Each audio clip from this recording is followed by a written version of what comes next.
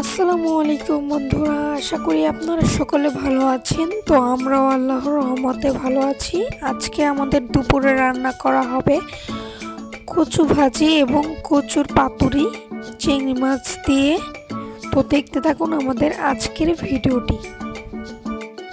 তো দেখতেই পাচ্ছেন এই জায়গায় কচি পাতাগুলো দিয়েছি, কচুর, এগুলো দিয়ে আজকে রান্না বান্না হবে।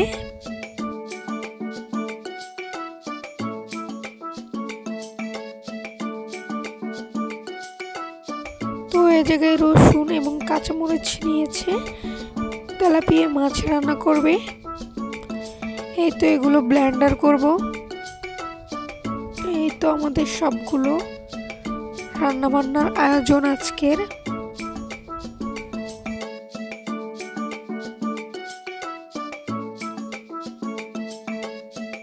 এগুলো এখন ব্লেন্ডার করে নেব ব্লেন্ডারে। এই তো চিংড়ি মাছগুলো ব্লেন্ডার করে নেব, এভাবে করে ব্লেন্ডার করে নেব। এই তো লাস্টের টুকু দিয়ে কাঁচামরিচ এবং রসুন দিয়ে ব্লেন্ডার করে নেব চিংড়ি মাছ। এই তো এইটুকুর পেস্ট এইরকম হয়েছে।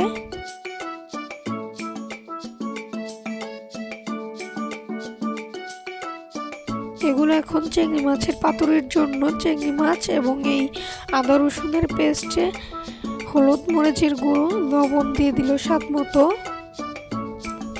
একটু সরিষার তেল দিয়ে দিল, এভাবে মাখিয়ে নেবে।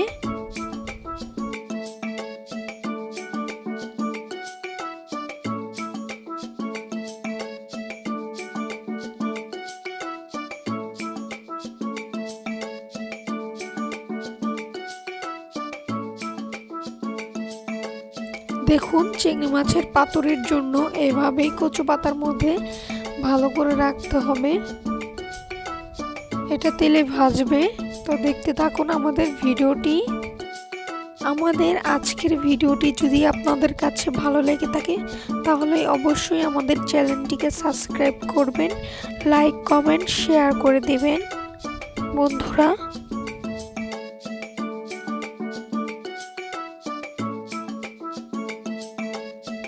এই তো পাতুরিগুলো এভাবে পাতা হয়ে গেছে কচু পাতার মধ্যে। তো কিভাবে ভাজে দেখুন।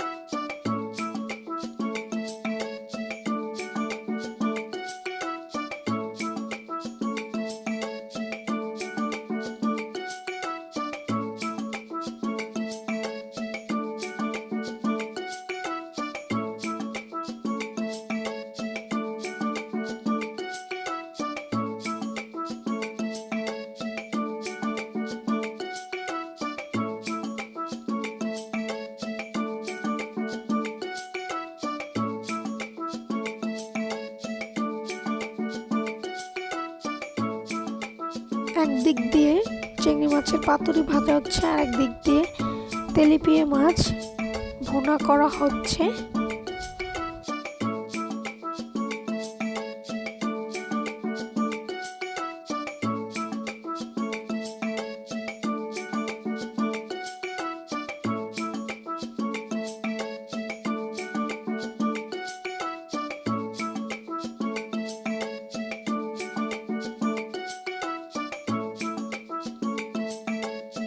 এখন কচুগুলো ভাপ দিয়ে নেবে ভাজার জন্য।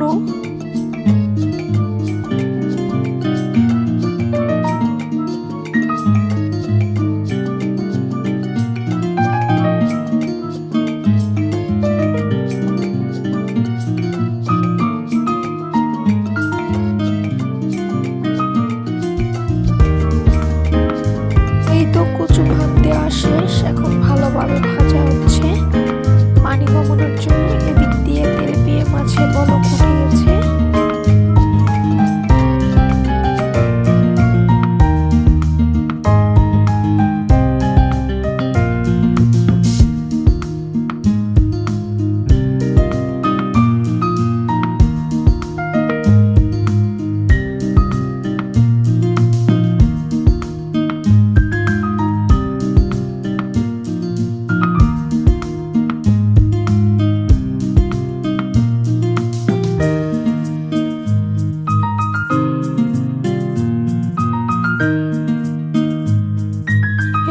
কচু ভাজি ভালোভাবে রসুন দিয়ে ভেজে নিল যাতে গলায় না ধরে কচু ভাজি।